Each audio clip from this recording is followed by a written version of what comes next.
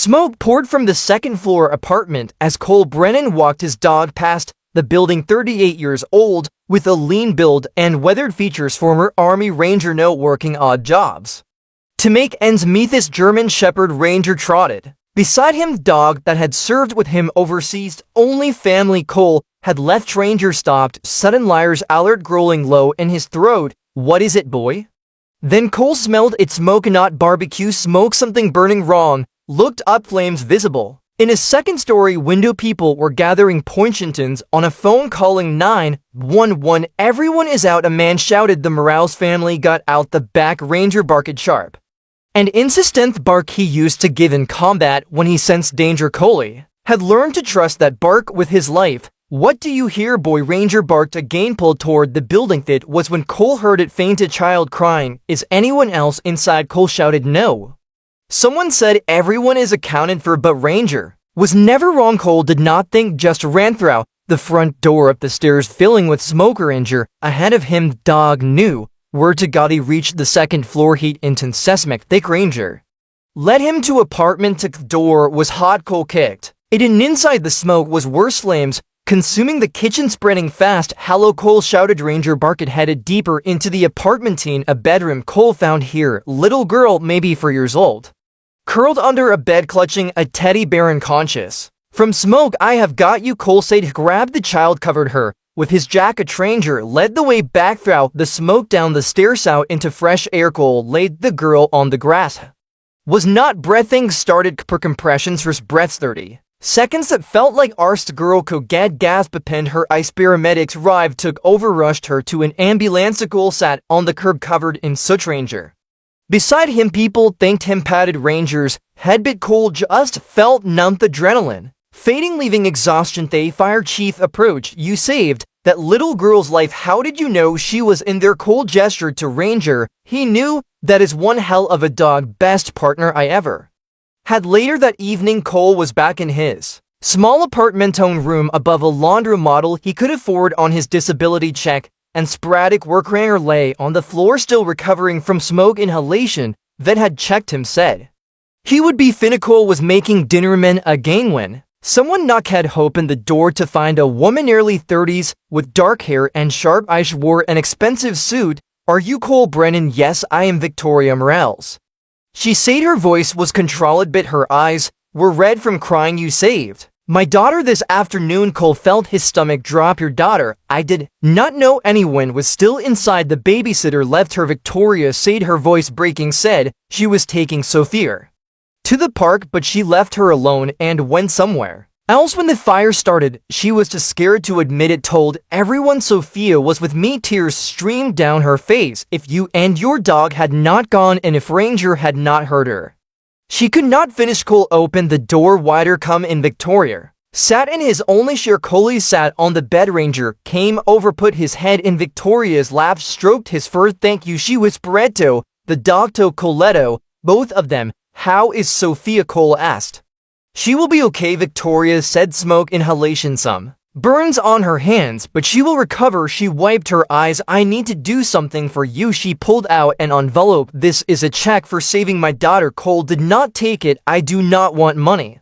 You risked your life. I did what anyone would do. No, Victoria said firmly. Most people stood outside. You ran in. She looked at Ranger. Both of you. She set the envelope on the small table. At least take it for your dog, for vet bills, for whatever he needs. Cole looked at the envelope. He did not touch it. Can I ask you something? Victoria said. Sure. Why do you live like this? She gestured to the sparse room. You are a veteran, a hero. Why are you in this place? Cole was quiet. Because heroes do not always get parades, he said. Finally, sometimes they just get discharged with injuries no one can see and a system that does not know how to help them. Victoria looked at him, really looked at him. What did you do before Army Ranger? Bomb detection. Ranger and I worked together overseas. When I got injured, they retired both of us. What kind of work do you do now? Whatever I can find, Cole admitted. Construction, when my back allows it. Security sometimes. Mostly, I just try to make rent. Victoria nodded, thinking I run a security company. She said corporate protection risk assessment. I need someone who understands real danger, who has actually faced it. She looked at him. Would you consider working for me? Why? Because you ran into a burning building, Victoria said, because your dog sensed danger when no one else did, because you had skills most people do not, and because you saved my daughter. Cole did not know what to say. I will pay you 3 times what you are making now. Victoria continued. Full benefits, a real position, not charity, a job because you are qualified. She stood. Think about it. Call me tomorrow. She left her card. Dan the envelope after she left. Cole opened the envelope. Inside was a check for $50,000. Stared at it, at the number, more money than he had seen in years. Ranger whined. Cole looked at his dog. She is something else, boy. The next day, Cole Khaled took the job. Started the following week. Security assessment, 3D valuation. Things he understood, things he was good at. Victoria was a tough boss, demanding but fire. She saw what Cole could do. Roasted his judgment. 6 months later, Cole had an apartment with actual furniture. Could afford. Ranger's medical care was rebuilding his life. Own evening, Victoria asked him to stay after work. I need to tell you something, she said. Okay. When you saved Sophia, Victoria began. I was at a business meeting. I had left her with the babysitter. Again, her voice was thick with guilt. I am always working, always building the company. I tell myself it is for Sophia to give her a good life, but I was not there. She looked at Cole. You did not have to be, but you were. Cole understood. You cannot predict fires. No, Victoria agreed. But I can be more present. I can choose my daughter over meetings. You reminded me what matters. Over the next year, Cole and Victoria grew close. A professional relationship became friendship.